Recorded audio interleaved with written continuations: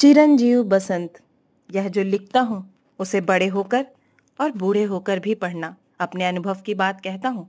संसार में मनुष्य जन्म दुर्लभ है और मनुष्य जन्म पाकर जिसने शरीर का दुरुपयोग किया वह पशु है।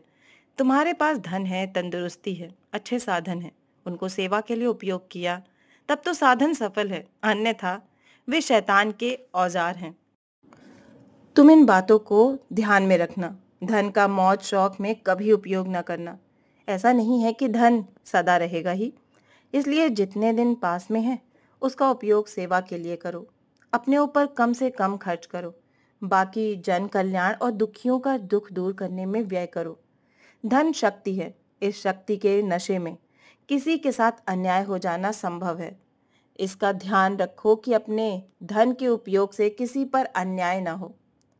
अपनी संतान के लिए भी यही उपदेश छोड़कर जाओ। यदि बच्चे मौज शौक ऐश आराम वाले होंगे तो पाप करेंगे और हमारे व्यापार को चौपट करेंगे।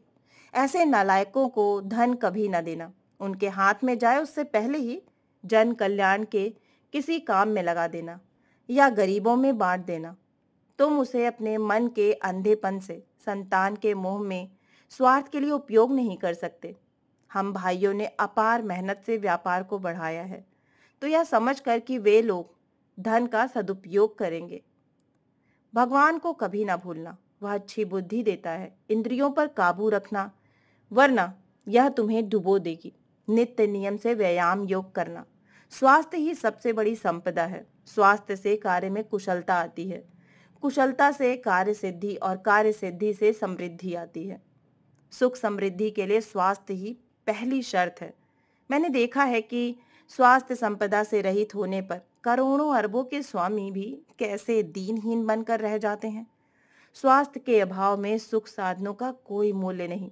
इस संपदा की रक्षा हर उपाय से करना। भोजन को दवा समझकर खाना, स्वाद के वश होकर खाते मत रह जाना। जीने के लिए खाना है, ना कि खाने के लिए जीना है। घनश्याम दास बिरला। श्री घनश्याम दास जी बिरला का